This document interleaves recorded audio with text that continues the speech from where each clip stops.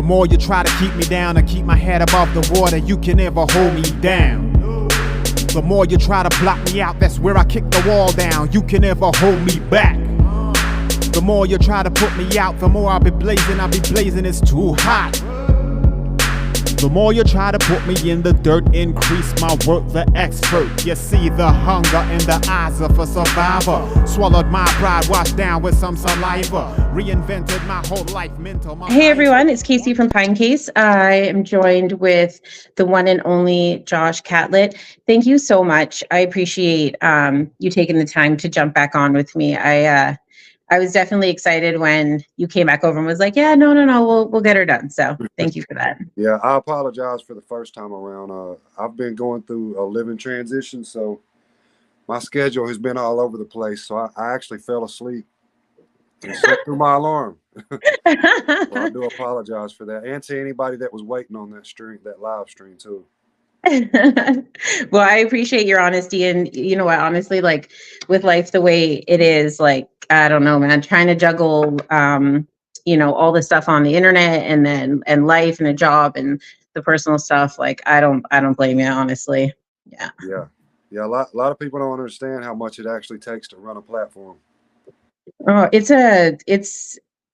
is like I don't even know how to explain it. Like when I first started, my dad was like, do it because you want to, not because you think you should, and like just do it as a hobby. And I was like, as a hobby, like, no, I'm really serious about this. And now I know what he meant. Like he meant like if you don't enjoy it like a hobby, don't bother, because it's 24/7. You're right. Yeah, you get a lot goes into it, especially if you want to actually grow a following and grow an audience. You have to treat it like you got to be on a certain schedule. You have to do things right. So yeah, but I love it though. Like you said, if you don't love it, if you don't do it because you love it, you're not going to continue doing it. No, and I've been hearing lots lately, people being like, oh, it's not about the followers, it's not about the followers. And I'm like, but it kind of is. Like, the only way to really get the message out there or to be able to help people is to get those numbers up. And the only way to get those numbers up is to just be shameless about it a little bit. Like, yeah. Yeah, it's about the followers in the sense of the more views you get, the more followers you get, the more people you're reaching. So that's the goal, right? Yeah, absolutely. It was interesting when I first started, the hashtags, people are like, oh, like, what do you mean? Like, we recover out loud. And what do you mean Narcan and naloxone saves lives? And like, what is all this? And people didn't want to really be associated with it. And I'm like, the only way to get to the people that need the help and the people that can help is to market to both people. So you have to put positive hashtags and the more serious hashtags. The only way to get that crossover where you can really start to combine everybody in the same safe space, right? Yeah, for sure. Yeah, definitely. Oh, there's David. Hi, David. David Riggins. Yeah, your man, our man, everybody's man. He is the people person lately. Like, what a guy, hey? Stepped out onto the internet and right up into an airplane. I was shook how quickly he was able to mobilize that cause and really get out there and take one for the team. That was pretty amazing. Yeah, David's on it. He's all over the place. I love it. I'm pretty sure I gave him his first interview ever. Yeah, that's what he was telling me. He said, well, he went out the gate. I mean, I think it was you, and then Benjamin Lerner was shortly after that or to that effect. So yeah, that's crazy. Yeah. He's active for sure. Mm-hmm. For sure. Yeah. So for those who don't know, would you mind giving us a little bit about your story and how the heck you went from overdosing a few times to 110,000+ followers and just being out there as a motivational and a recovery influencer? Yeah. So honestly, I'll go ahead and give you a little backstory on what happened. I'm somebody that's pretty much struggled with addiction since the age of 15 years old, in and out of addiction, in and out of institutions like jail, mainly jail. I've only been to rehab once, but mainly jail. So that went on for some years. The fentanyl didn't happen until I actually had a relapse. I went from 15 to 26. It was in and out of jail, on drugs, just, doing crazy shit, living a crazy lifestyle. And I ended up getting clean at 26, right? 26 years old, turned my life around, did a 180, and I was clean for about 5 years. And then I would go on to relapse on fentanyl because opiates has always been my drug of choice. But I didn't get to the fentanyl until I was about 30 years old. So I would relapse on fentanyl, and that would end up being about a 2-year addiction. Throughout that 2 years, I lost everything on it. My job, my good job, my house, my vehicles, everything I had, I lost everything. So I ended up having to move to up towards Nashville to my mother's house so I could get clean because I couldn't get clean in my hometown. I'm from Cleveland, Tennessee. I couldn't get clean I couldn't get clean in my hometown, so I had to move about 2 hours away. So that's what I did. And that's when I started the social media thing, because I remember telling myself the first time I got clean, because I had such a huge turnaround. I was mad at myself that I actually didn't get on social media and talk about that or document the process. So having gotten clean once before and doing it, I felt I can do this again. But this time I had done lost everything. I don't got nothing left to lose. So I started making YouTube videos. About a month into my recovery, I started making YouTube videos. And I did that for about 4 months. They wasn't going anywhere. I didn't know anything about algorithms and how to get followers. Or, I didn't know all those little tactics, but I was learning. So the YouTube was a good learning process. But for those of you out there that are trying to do the recovery thing on YouTube, the YouTube algorithm does not like recovery content. Anything to do with addiction or, the word fentanyl, any of that, it don't like it. So it's very hard to grow on YouTube. But TikTok was a different story. I got on TikTok, to promote my YouTube. That was my initial plan. I was like, if I really want to do this and take this serious, I need to be on all these major platforms. And TikTok is the second biggest media platform. Yeah, crazy, right? Yeah, so I got on that. It was not long at all. I went viral. About 10 days on TikTok, I ended up going viral. So I was like, damn, I'm on to something with this short form content. Yep. So I kept it up. Now, mind you, in the mix of this, I was fighting a charge, a third offense DUI that I had gotten in my addiction. I was fighting a charge. So I was building this following while I was fighting this charge. I ended up having to go to jail and rehab for 45 days. For the people that have been following me since TikTok, y'all know what I'm talking about. Damn. Yeah, I ended up having to go take care of some jail time, got that out the way. And then after the jail time and all that, I would get on Facebook because I was like, okay, I want to expand even more. Like I'm killing the TikTok game. I want to try to get on other platforms like Instagram, TikTok. I still haven't figured Instagram out, but Instagram's a beast. I don't know, man. Like you can do the same thing on all platforms, and Instagram falls flat for me every time. Yeah, I don't get no views on Instagram, but I've only went viral once on Instagram, but I've went viral several times. I actually just went viral on Facebook a week ago. I got a reel that hit 1 million views. But, congratulations. Yeah, thank you. It's all about the consistency, though. So I would jump on Facebook after TikTok, and I kind of immediately took off on Facebook too. Yeah. I just started uploading old reels that I had put on TikTok. I got the watermark off of them and all that and started uploading them to Facebook. Yeah. And it just started taking off. So when I started this thing, I didn't really know where it was going to go. I knew I was going to reach people because that's just how I am. Like my personality is real strong. I'm going to do what I set out to do. I didn't know how fast I would gain a following though, like I have. It was just about putting myself out there and really being passionate about what I'm doing and sticking to my goals and not veering off anything. So now I've got this community, the S.C.A.R Nation community that I've built over the period of about a year. And what a beautiful community you have over there. Honestly, like it's taken on a life of its own. I've been watching it, and it is what a passionate, loving, like it is. It's a bigger community than some actual towns. Yeah, for real. For sure. And more productive. Like you guys do more for getting the word out there than like actual government funded programs. It's pretty impressive. Yeah, I appreciate that. I've always had a vision for what I wanted to do on this, basically in my community. I see a lot of division. I'll go ahead and talk about that. In the recovery community, the addiction lane, I see a lot of division. Yeah. You got the MAT people, you got the NAAA people, you got the abstinence only people. You just got all these different these communities, and I'm like, I don't like the division of it. It's like, why can't we just accept the goal here is to recover and stay alive, right? Yeah. So I wanted my community to accept everybody. It doesn't matter how you recover. As long as you're striving to that goals and you're staying consistent and recovering, right? S.C.A.R Nation. And that's what Yeah. it's about. That's what I wanted my community to be about.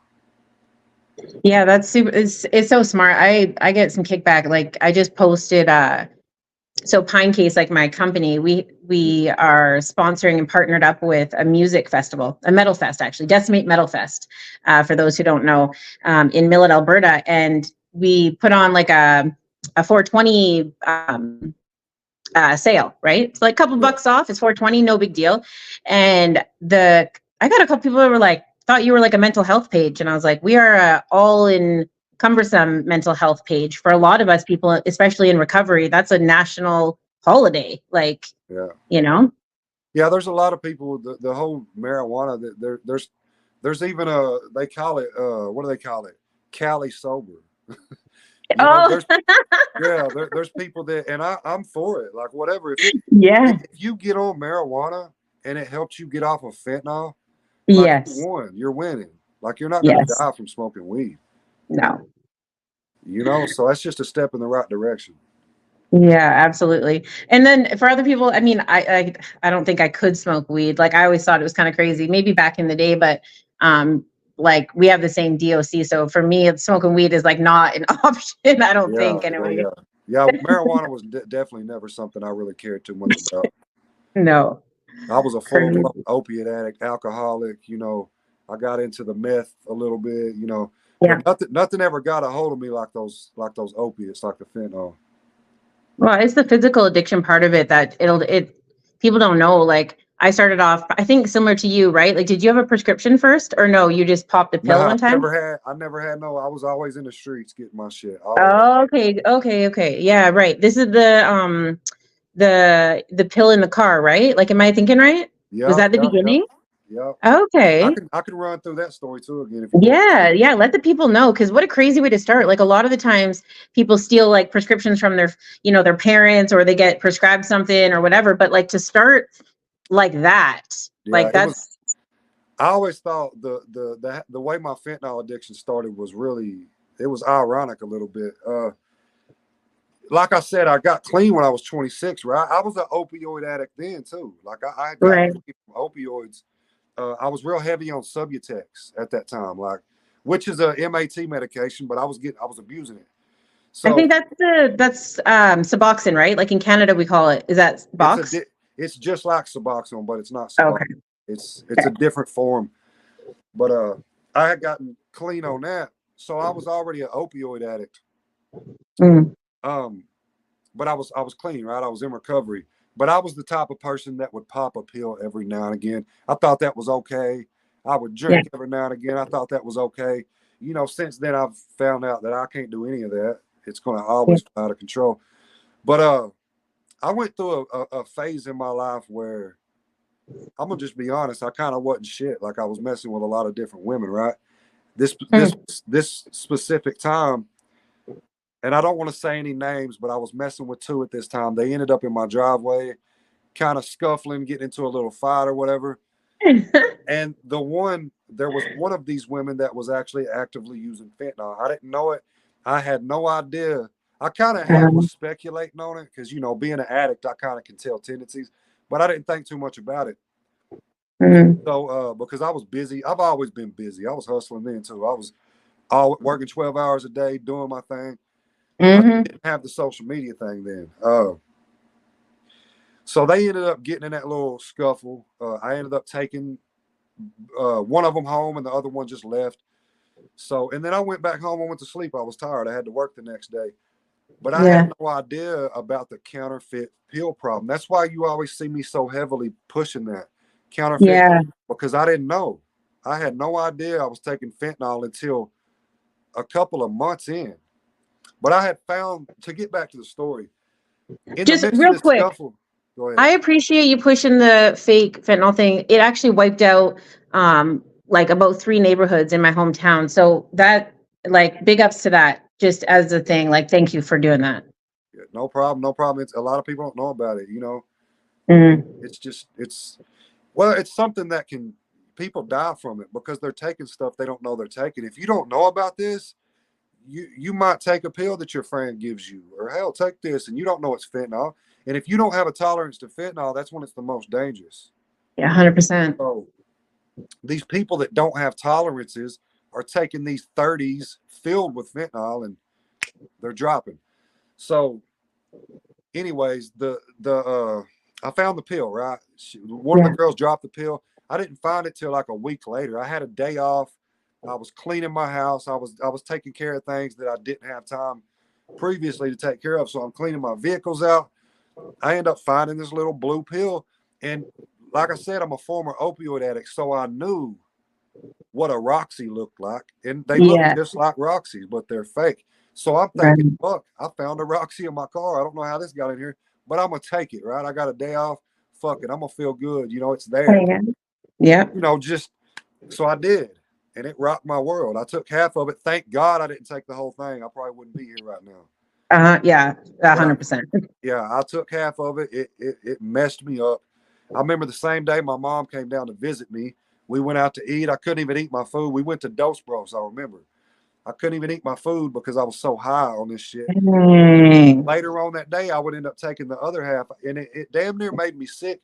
But I liked it though. I liked the way it made me feel. And I remember hitting that. I hit that girl up a couple days later, and I was like, "I know you dropped something in my car." She admitted to it immediately. Yeah. But this is when I was like, "Well, shit, can you get some more?" And that's how it started. That's how the whole little. Yeah.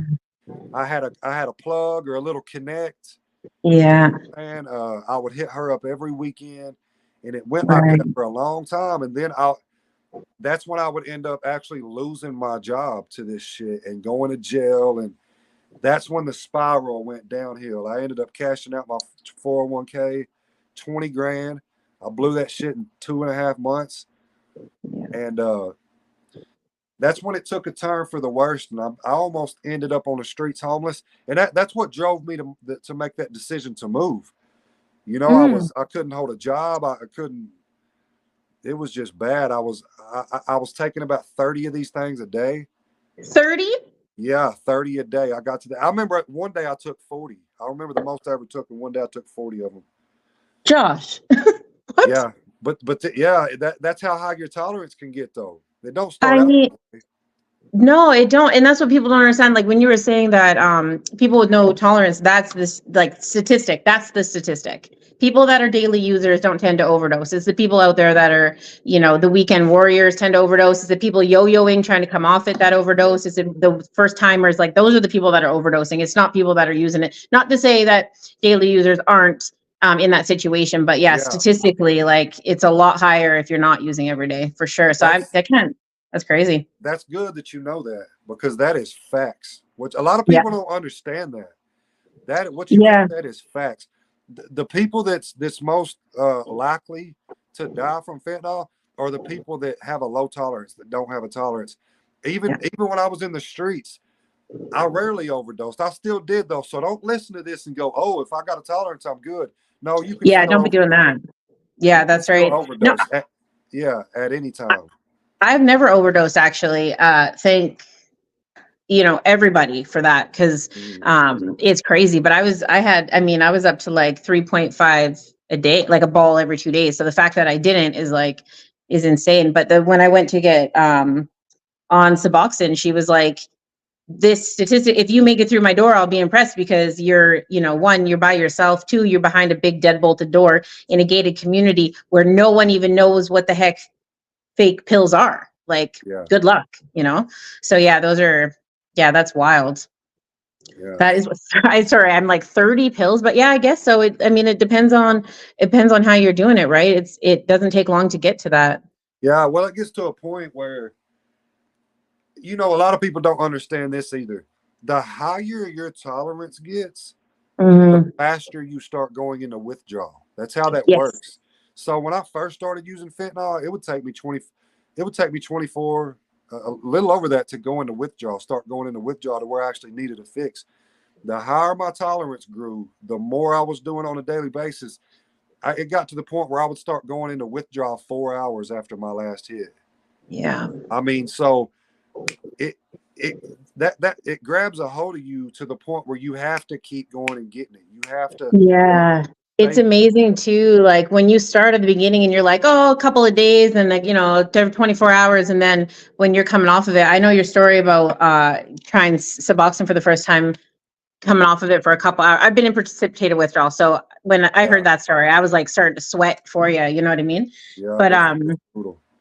it's crazy how quickly like your tolerance versus withdrawal feeling happens.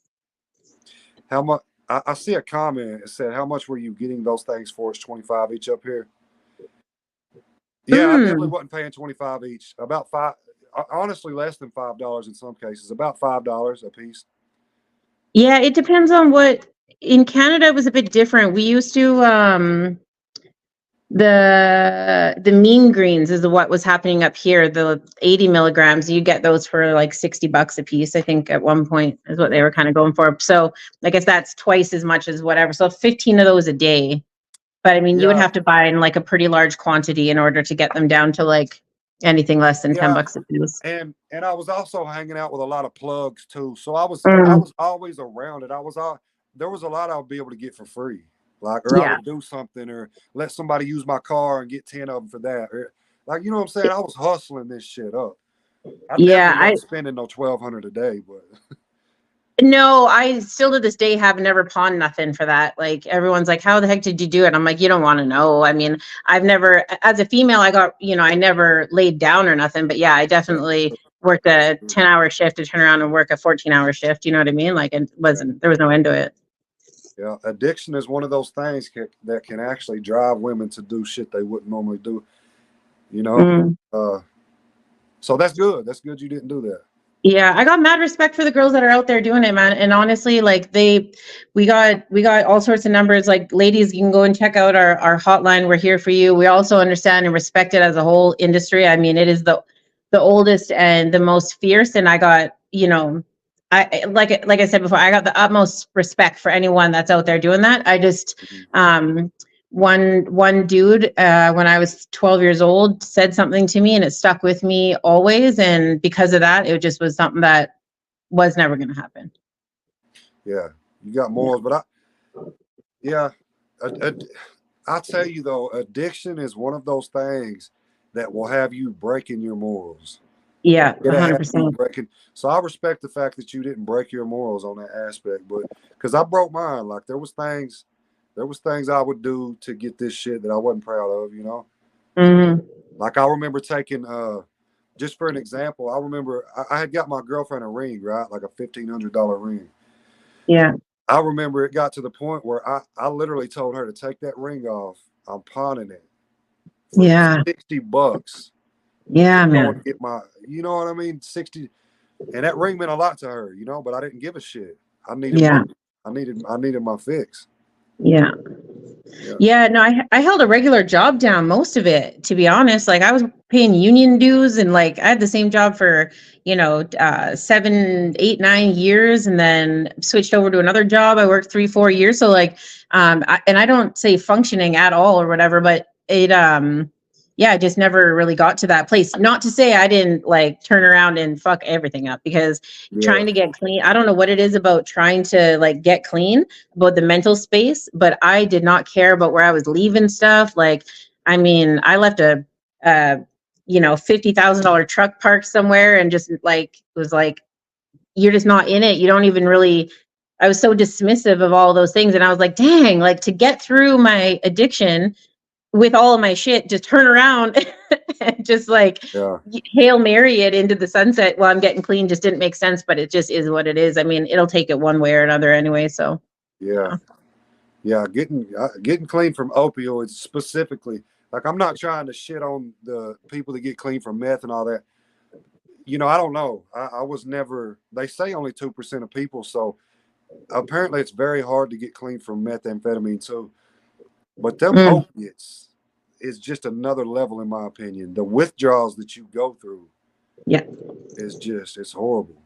It's horrible. Well, and the what people don't understand about detoxing is it's deadly, man. Never mind the actual drug itself of overdosing, but like the one and only time I was like institutionalized, I went to a detox like space for a couple of weeks. And coming off the benzos and all that was just crazy. But what I didn't understand was like my kidneys started shutting down, my organs started shutting down. Like 2 days into it, they were like going to ship me out to the hospital. And I was like, you know how many times I've done this by myself at home?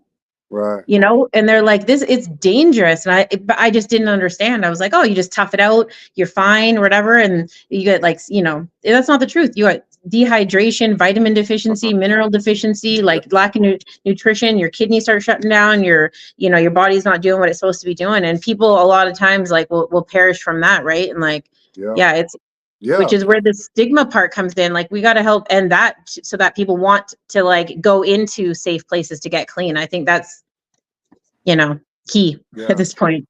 Hydration is definitely key when you're going through withdrawal. You have to force yourself to drink. Yeah. Because you're not going to want to. You're not going to want to take anything down.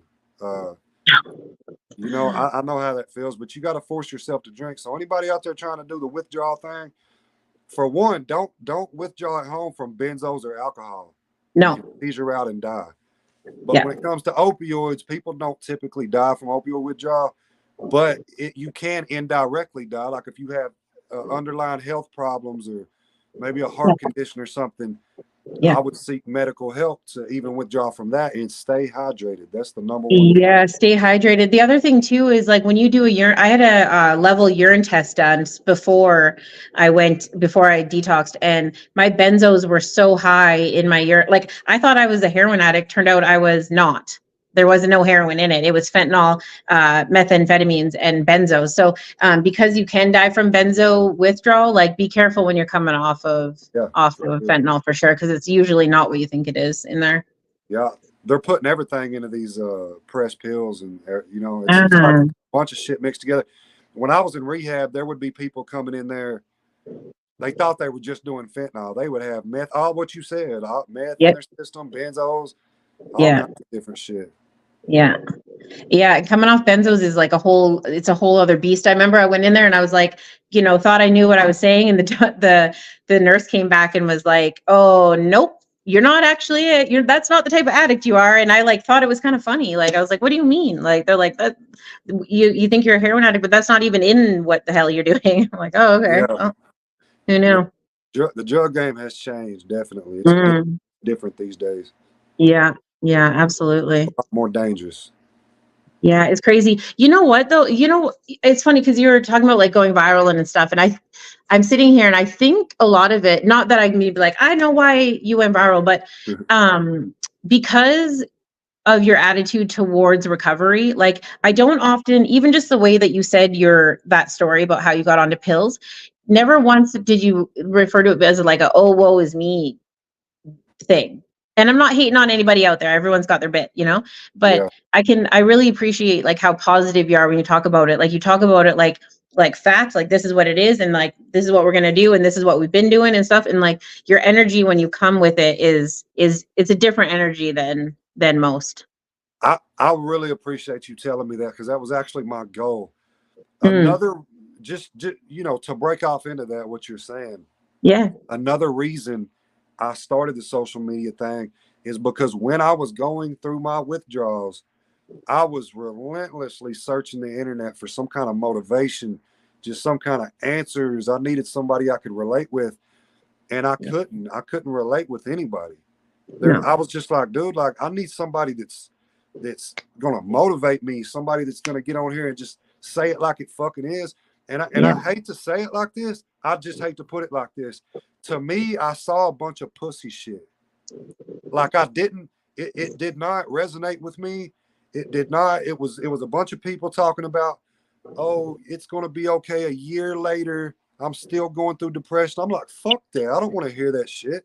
That I'm gonna be a year late. You know what I'm saying? So Yeah. I came with a different energy, and it's real though. It's not fake. I'm not just out there No. putting on a front. Like it's real. You get through this shit and you focus on your goals. Yep.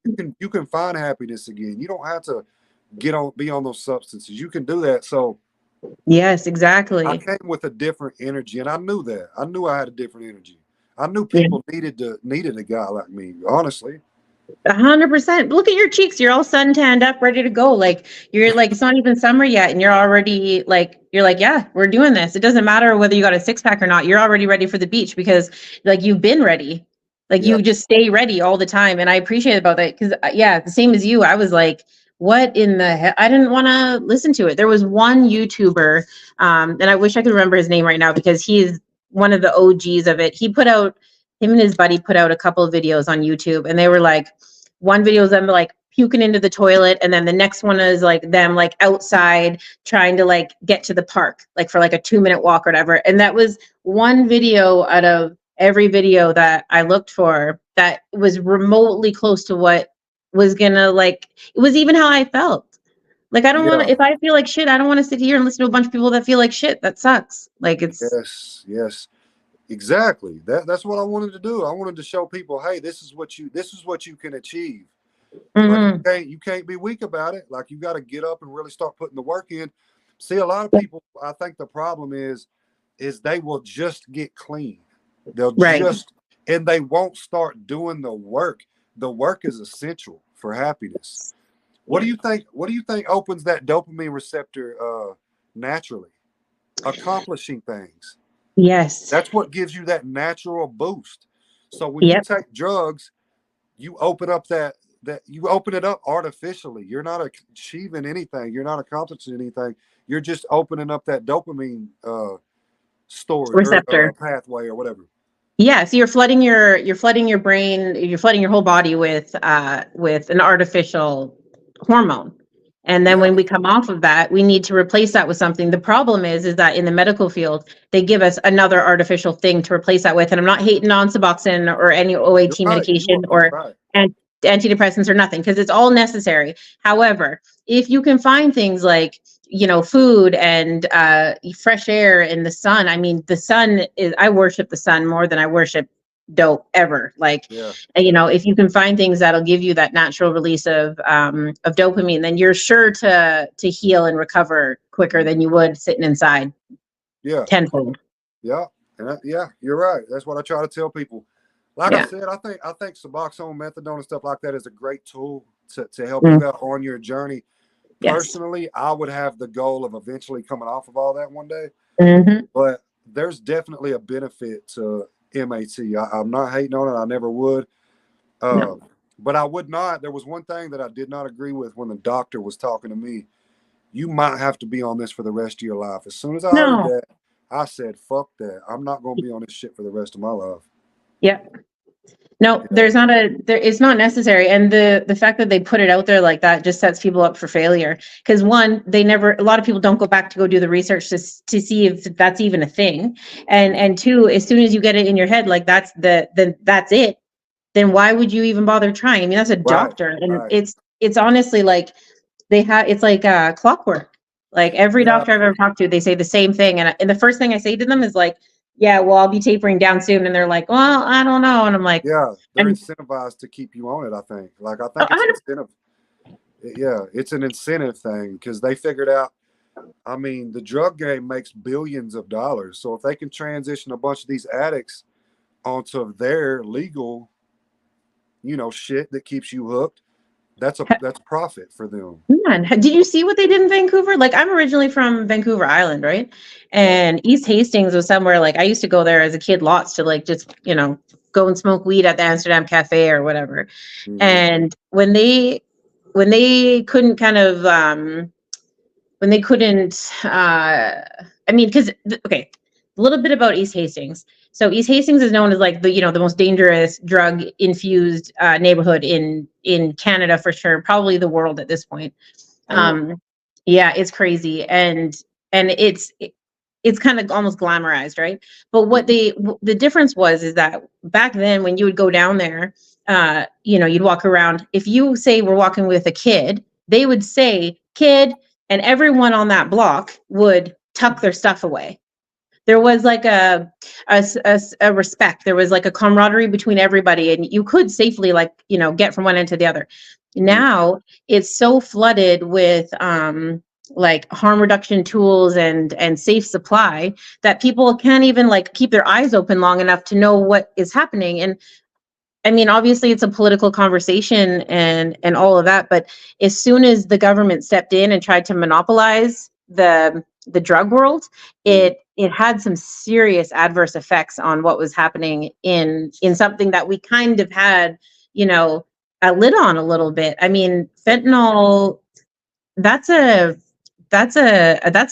structure to that, you know what I mean? Like that's not heroin coming over in the boats from India. Like this is a totally different thing. It's a medical grade fentanyl. And as soon as that happened, it like blew the lid right off of it. And now we're stuck in the situation that the government's really the only one making money. I mean, it's sad. Yeah.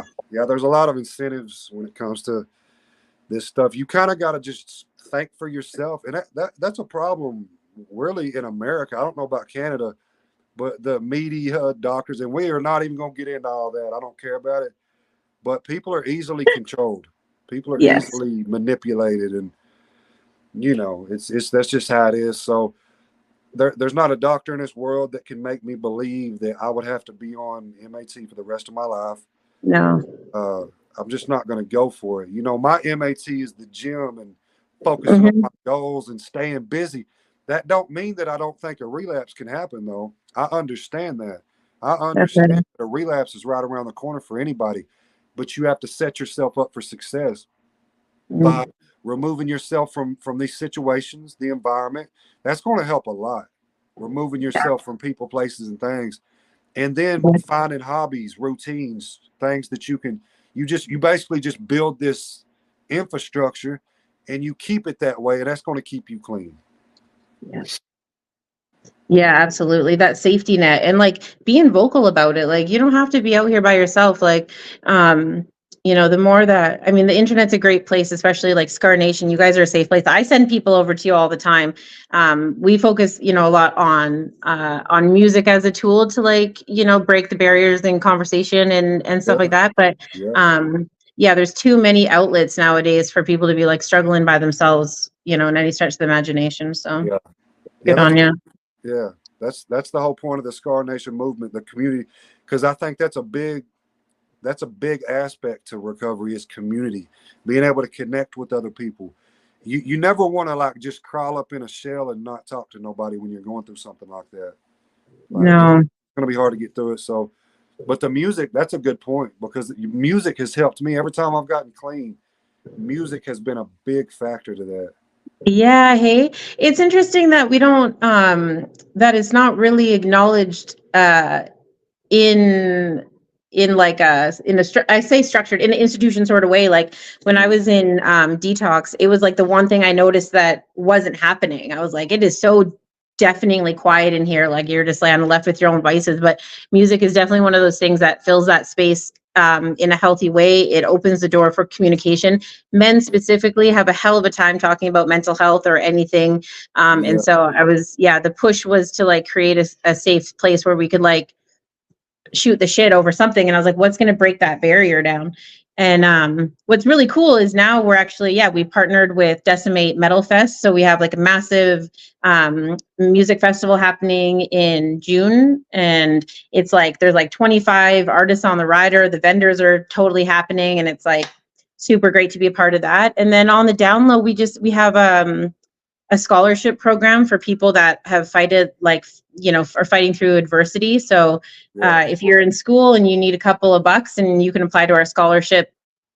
So it's like open to anybody that's doing anything really. That's awesome. And and then we just signed off on our first bursary recipient. So we had DJ Lion. Shout out to DJ Lion. He's a 10-year-old DJ. We got him some DJing equipment, and he's now like on the bills for a couple of festivals in the summer.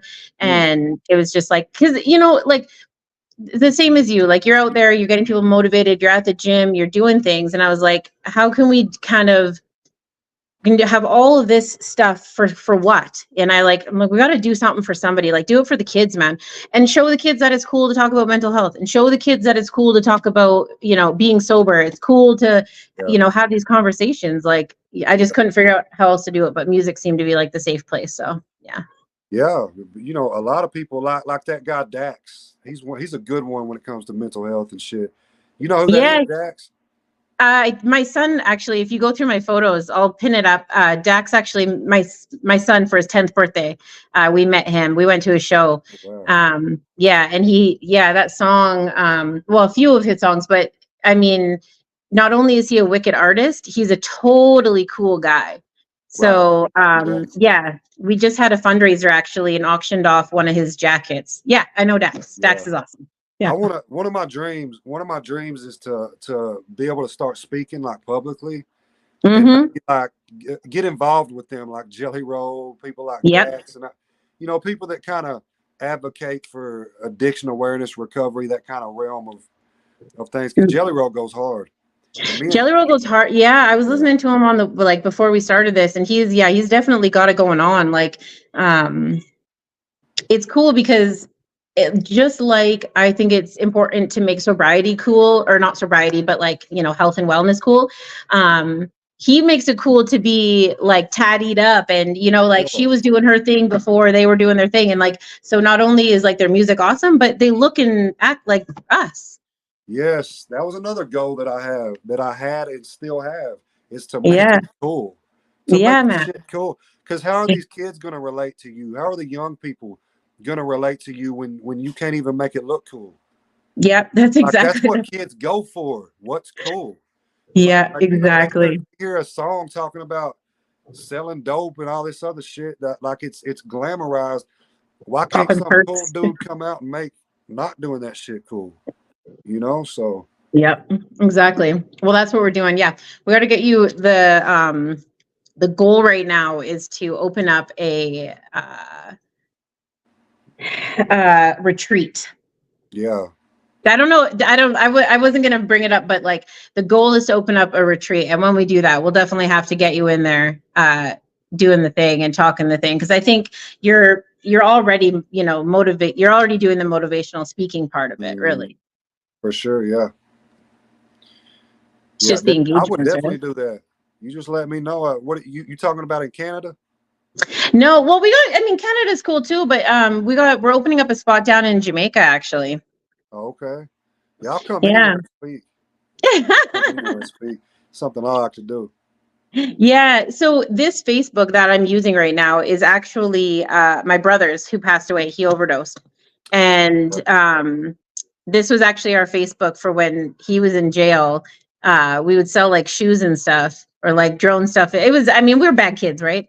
And so right before when he passed away, like right before he passed away, I was chatting with him, and I was like, well, like, cause he was like fucking around, and I was like, oh, I say, if you die, I'm going to turn all your shit into a recovery thing.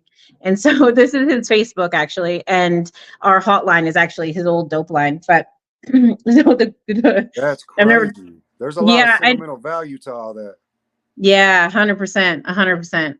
Yeah. So what we want to do is have like a mental health, retreat where people can go and grieve their losses and navigate their, addiction or recovery or whatever that looks like, and have people go down there and play some music and have some motivational speakers and just nurture people through nutrition and being active. And y'all gotta have me.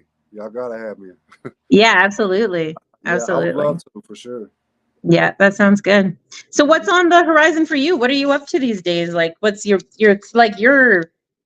working and doing all of this? Like, do you have like a short-term goal in mind, or are you just going to keep this up? Like, what's the plan here?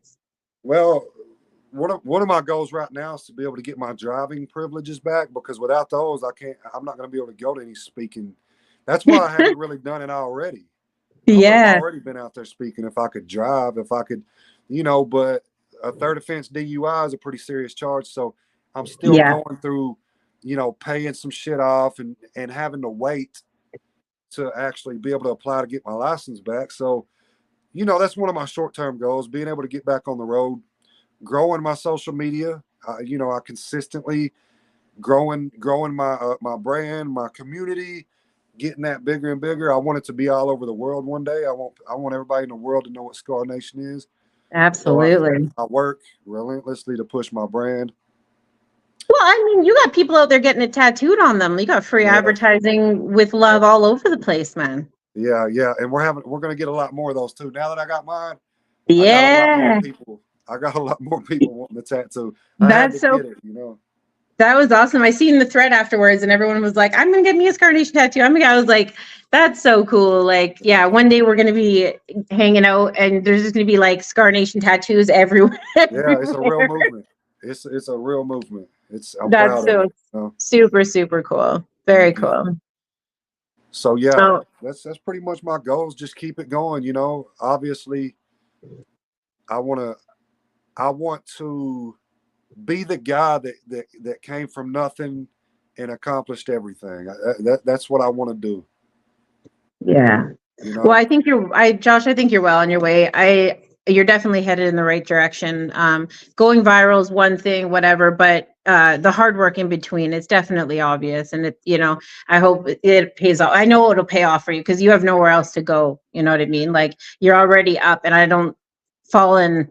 That's not a thing. Not for real hustlers. Not for real hustlers. Yeah. So Yeah, yeah. you got to stay on that ground for sure. Yeah, absolutely. All right, cool. Well, I unfortunately have to wrap this up, but I could sit here and chat with you forever. I appreciate you so very much. Thank you. I'm just looking at all these comments out here, and like, Yeah, Diana, she's getting hers soon, her tattoo. Yeah. Yeah. You went live with her a little while back. Am I thinking right? You said we went live? With Tiana, did you chat with her a little while? Yeah. Shout out to Tiana. She's one of the most, if not the most active members in my community. She helps a lot with the infrastructure of S.C.A.R Nation, like the inside work. Okay. Yeah, she does a lot. So very cool. Yeah, everyone's got one, right? Like, shout out to you, sweetheart. Honestly, I got mine. Like, my person's Calico. She does all my programming for me, and she's like totally deadly. But it's amazing to the ones that like see your initiative and just like run with it. Yeah.